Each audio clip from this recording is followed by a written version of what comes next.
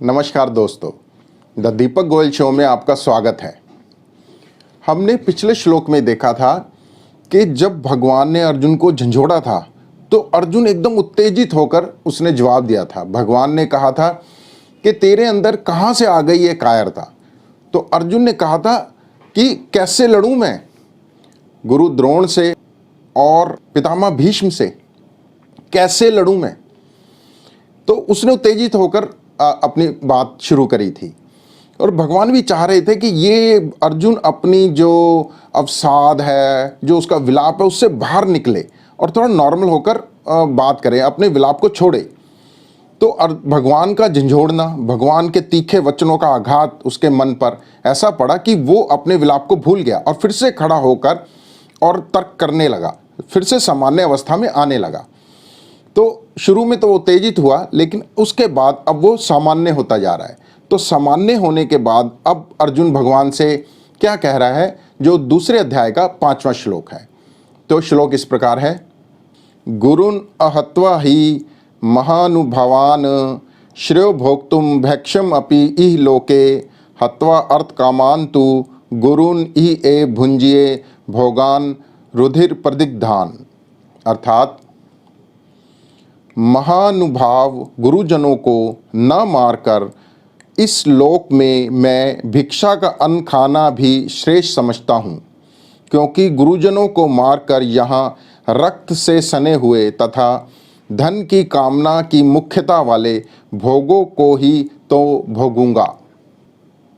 अर्जुन ने जो पहले अध्याय में तर्क दिए थे उन्हीं की पुनरावृत्ति हो रही है यहाँ पर भी।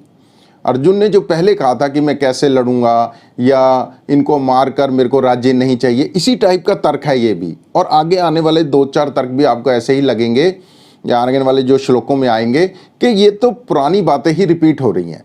लेकिन यहाँ पर हल्का सा फर्क है, आप उसको समझिए कि वो बातें जो अध्याय 1 में अर्जुन ने करी थी उसका मनोबल लगातार टूटता जा रहा था, उसका अवसाद लगातार बढ़ता जा रहा था और वो अपना धैर्य खोता जा रहा था, उसके आंखों में आंसू भरते जा रहे थे और उसका विलाप बढ़ता जा रहा था, उसका जिसे कहते हैं ना पैनिक अटैक बढ़ता जा रहा था, उसकी डिप्रेशन बढ़ती जा रही थी वहाँ पर।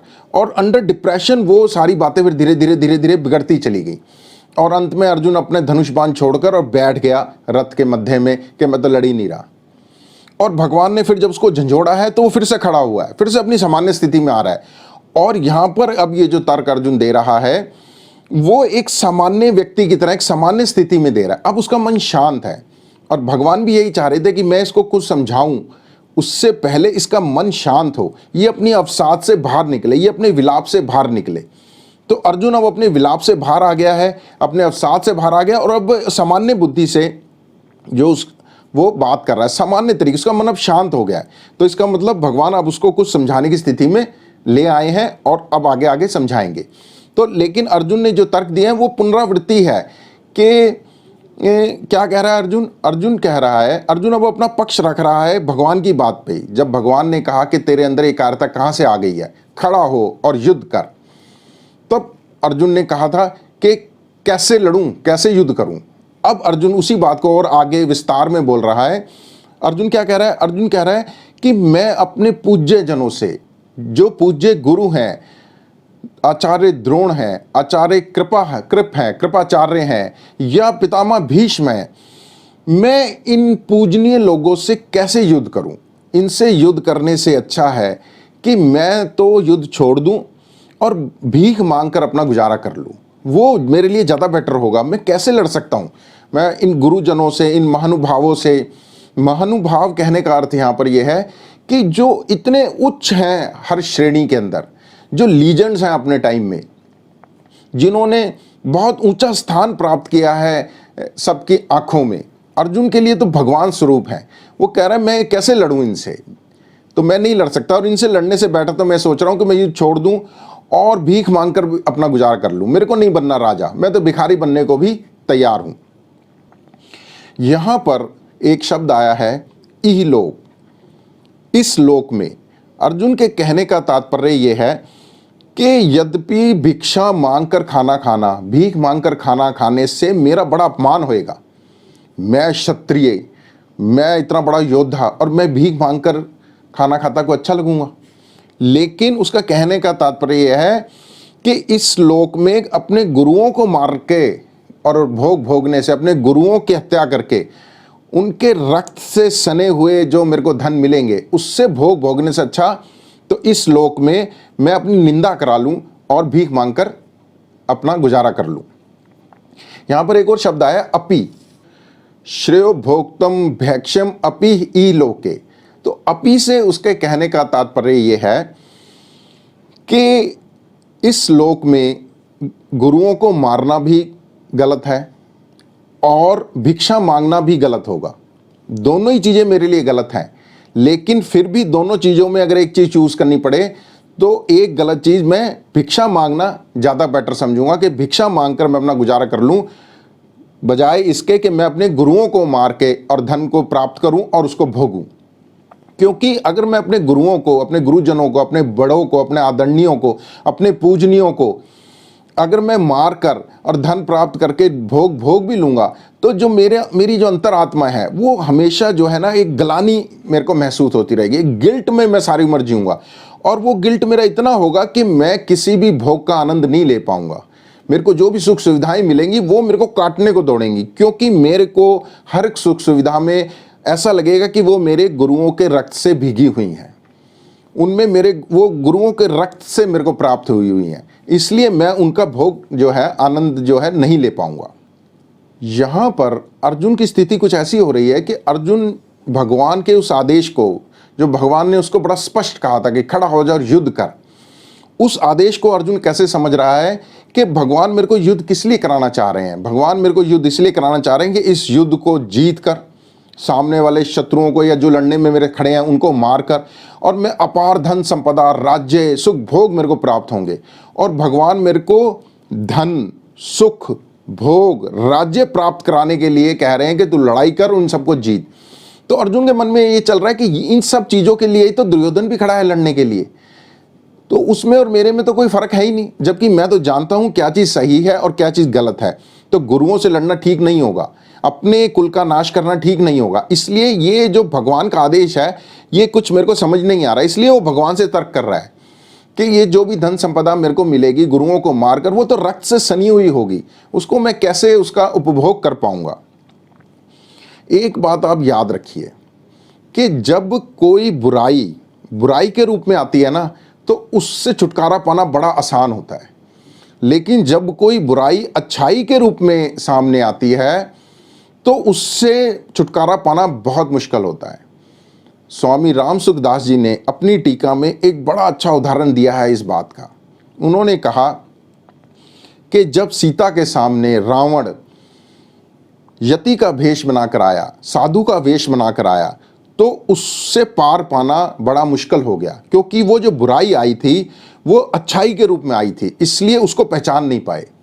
उन्होंने एक और एग्जाम्पल दिया, हनुमान जी के आगे कालनेमी राक्षस आया था, लेकिन वो भी वेश बदल कर आया था, इसलिए हनुमान जी भी उसको एकदम पहचान नहीं पाए थे, कालनेमी राक्षस को। तो जो बुराई के रूप में आए, आपको लगे कि हाँ जी ये चीज़ बुरी है, उससे तो आप बहुत जल्दी छुटकारा पा सकते हैं, क्योंकि आपको पता है ये चीज़ बुरी है। मान लीजिए एग्ज़ाम में नकल मारना बुरी चीज़ है, आपको पता है कि नकल मारना बहुत बुरी चीज़ है, तो आपको पता है आप उससे छुटकारा पा सकते हैं। आपको कोई भी बता सकता है कि नहीं बेटे, जीवन में ऐसे एग्ज़ाम पढ़ के दिए जाते हैं, नकल मार के पास करने का कोई अर्थ नहीं है। लेकिन जब बुराई अच्छाई के रूप में आए तो वो उससे जो है ना पिंड छुड़ाना बहुत मुश्किल हो जाता है। यहाँ पर अर्जुन के सामने क्या बुराई आ रही है अच्छाई के रूप में, कि अर्जुन ये सोच रहा है कि अपना धर्म, युद्ध करना उसका धर्म है, उसकी ड्यूटी है, और वो अपनी ड्यूटी छोड़ना चाह रहा है। किस लिए? कि वो कह रहा है कि अपनों को कैसे मारूं, गुरुजनों को कैसे मारूं, और इनको मारना तो गलत है। तो जो अपना धर्म छोड़ने की, अपना कर्तव्य को छोड़ने की जो बुराई आ रही है, वो इस अच्छाई में लिपटी हुई आ रही है कि ये जो कर्तव्य कर्म मैं अपना छोड़ रहा हूँ, जो अपनी ड्यूटी में छोड़ रहा हूँ, गुरुओं को ना मारने के एवज में छोड़ रहा हूँ, तो ये जो इसके अंदर बुराई आ रही है वो अच्छाई में लिपटी हुई आ रही है। आप समाज में भी नोट करिएगा, किसी के पास गलत तरीके से बहुत पैसा आ गया, आजकल तो लोगों के पास इस टाइप से बहुत होता है, गलत तरीके से कमाया हुआ पैसा, लेकिन जब वो गलत तरीके से कमाए हुए पैसे को कहीं पर दान देकर हार पहनते हैं, स्टेजों पे चढ़ते हैं, उनको बड़े ताम्रपत्र या उनको बड़े आइकन्स पेश किए जाते हैं, बड़ी तालियां बजती हैं, लोग कहते हैं भाई ये आदमी बहुत बढ़िया है। वो भूल जाते हैं कि ये आदमी ने जो रुपए कमाए हैं ये गलत तरीके से कमाए हैं। लोग उसको बुराई नहीं मान रहे, वो कह रहे हैं कि नहीं जी यही तरीका आजकल, ऐसे ही पैसे कमा सकते हैं, अच्छे तरीके से कैसे कमाएगा पैसा। तो बुराई जो आई है, गलत तरीके से कमाई की, उसको लोग भूल रहे हैं, बस उसकी जो वाहवाही हो रही है उसमें उसको अच्छा मान रहे हैं, यार अब ये आदमी बहुत बढ़िया है, गलत तरीके से कमा रहा है, नहीं आदमी बहुत बढ़िया। उस तरफ ध्यान ही नहीं जा रहा, बुराई की तरफ ध्यान ही नहीं जा रहा, क्योंकि वो बुराई जो है अच्छाई में लिपट कर आ रही है कि देखो जी उसने ये काम करा, उसने समाज के लिए ये करा, उसने यहाँ दान दे दिया, और वो दान दे रहा है अपने हार पहनने के लिए, अपनी ईगो को शांत करने के लिए। वो उसके मन में कोई ये नहीं आ रहा कि मैंने किसी का कल्याण कर देना है। तो इस टाइप से समाज में हमारी बहुत बुराइयां आ रही है और हम लोग बड़े फॉलो कर रहे हैं, हम लोग उनको अपना आइडल्स मान रहे हैं कि ऐसा बनना है हमें भी। तो याद रखिएगा, जो बुराई अच्छाई के रूप में लिपट कर आएगी वो उससे पार पाना थोड़ा मुश्किल हो जाता है। यहां पर अर्जुन जो भी सोच रहा है वो ये सोच रहा है कि ये जो सामने खड़े हैं ये सारे मेरे हैं, मैं इन पर अधिकार रखता हूं, ये मेरे पर अधिकार रखते हैं। वो जो शरीर सामने खड़े हैं उनसे प्रेम कर रहा है, उसकी सारी जो सोच है वो मटेरियलिस्टिक हो रही है, भौतिक वस्तुओं पे हो रही है कि इनको मार दूंगा, मान लो जीत भी गया तो क्या होगा, तो मेरे को धन मिलेगी, संपदा मिलेगा, राज्य मिलेगा, सुख मिलेगा। अरे ये तो मेरे को नहीं चाहिए, इनको मार कर नहीं चाहिए, वैसे तो चाहिए, इनको मार कर नहीं चाहिए। अर्जुन के मन में बड़ा क्लियर है कि मेरे को राज्य चाहिए, लेकिन अगर इनको ना मारना पड़े फिर कोई दिक्कत नहीं है मेरे को राज्य लेने में, फिर मेरे को सुख भोग किसी में दिक्कत नहीं है। अर्जुन का मन नहीं उनसे उबा नहीं है कि मेरे को सुख नहीं चाहिए, भोग नहीं चाहिए, हाँ इनको मार कर नहीं चाहिए क्योंकि ये सारे मेरे अपने हैं। अर्जुन की जितनी भी दृष्टि है ना वो मटेरियलिस्टिक है, वो जिसे कहते हैं भौतिक दृष्टि, मतलब जो सामने दिखाई दे रहा है। और हम आम इंसान भी हमेशा ज़्यादातर ऐसे ही सोचते हैं। कोई भी जो सामान्य बुद्धि का व्यक्ति होगा वो यही कहेगा कि अर्जुन जो भी अभी तक तर्क दे रहा है, जो भी कुछ कह रहा है, बिल्कुल ठीक कह रहा है, उसने क्या गलत कहा है, बताओ मेरे को उसने क्या गलत कहा है। और भगवान क्या चाह रहे हैं, भगवान उसको ये सारी चीज़ें, सुख भोग राज्य धन, ये इतनी तुच्छ चीज़ें भगवान, अगर अर्जुन समझ रहा है तो भगवान नहीं समझ रहे होंगे। भगवान ने ही तो उसके रथ को ले जाकर खड़ा किया था, भगवान ही चाह रहे थे कि इसके अंदर इस टाइप से प्रश्न उठें जिनके मैं आंसर दूं और लोक का कल्याण हो, संसार का कल्याण हो, आने वाली पीढ़ियों का कल्याण हो। तो भगवान क्या चाह रहे हैं, भगवान ये चाह रहे हैं कि उसकी आध्यात्मिक दृष्टि जागृत हो। अभी तक उसकी भौतिक दृष्टि जागृत हो रही है, मेरा परिवार, मेरे बच्चे, मेरे बड़े, मेरे गुरु, किसी और का गुरु हो तो उसकी गर्दन में उड़ा दूं, किसी और का बड़ा हो उसकी गर्दन उड़ा दूं, किसी और का बच्चा उसकी गर्दन उड़ाने में मेरे को कोई दिक्कत नहीं है, सब मेरे हैं। अपनापन उसको बड़ा प्रेम अंदर से जग रहा है अपनों के लिए। युद्ध से उपरत नहीं हुआ है, वो अपनों से लड़ने के लिए उपरत हुआ है। मारने में आज भी उसको कोई परेशानी नहीं है अगर मेरा और तेरे की लाइन स्पष्ट हो, लेकिन भगवान ने बहुत ही युक्ति से एकदम उसकी ये लाइन मिटा दी थी और तब उसमें ये सारी चीजें उठनी शुरू हुई थी। तो यहां पर प्रश्न आता है कि आध्यात्मिक दृष्टि जागृत करने का क्या मतलब है, अध्यात्म का क्या मतलब है। अध्यात्म की बड़ी बड़ी डेफिनेशंस हैं, अध्यात्म के ऊपर बड़ी बड़ी किताबें लिखी गई हैं और वो बड़ी कॉम्प्लिकेटेड सी बातें होती हैं अध्यात्म की और जल्दी से समझ नहीं आती कि हमारे को। मेरी दृष्टि में जो मैंने समझा अध्यात्म को, वो मैंने ये समझा है कि अध्यात्म का मतलब है असली बात को जान लेना, सच को पहचान लेना। अब सच को पहचान लेने का कैसा मतलब बच्चे को कैसे समझाएं हम। जैसे जादूगर गली में खेल दिखाता है, या आप लोगों ने गली में नहीं देखे होंगे तो स्टेज पे देखे होंगे, जादूगर खेल दिखाता है। क्या दिखाता है कि इस हाथ में गोली थी और ये देखिए ये हाथ खाली हो गया, इस हाथ में गोली आ गई। इस टाइप से जादूगर दिखाता है कि आपकी जेब में से वो गोली निकाल ली या कोई सिक्का निकाल लिया या बगल में से निकाल लिया, या ऐसे ऐसे करता है कि देखो जी इसमें मैंने रखा था सिक्का और अब ये चौथे में आ गया, फिर चौथे में से भी गायब हो गया, अरे ये तो मेरे हाथ से निकला आया। इस टाइप से खेल दिखाता है जादूगर। तो वो जो जादूगर का खेल है, वो जो सिक्के इधर उधर से निकल रहे हैं या कोई भी चीज़ कहीं से और से निकल रही है या कुछ और निकल रहा है जो कि नहीं था वहाँ पर, वो उपस्थित हो रहा है, तो ये तो है भौतिक दृष्टि, जो हमें दिखाई दे रहा है। जो हमें दिखाई दे रहा है ये है भौतिक दृष्टि।